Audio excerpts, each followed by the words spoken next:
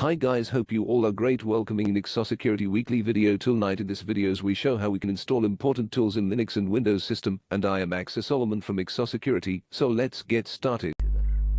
Hi guys, hope you all are good. In this new video of Toolnight, I am gonna show you how we can fix this error. Yes, this error of Ubuntu system. It's a issue that every Linux user had faced, and it comes if we update or upgrade our system. So I had made a shell script for this error. The script link will be given in the description, and all of the command will be given in the github repo or in the description. So let's get started. Tell me pretty lies, look me in the face, tell me that you love me, even if it's fake, 'cause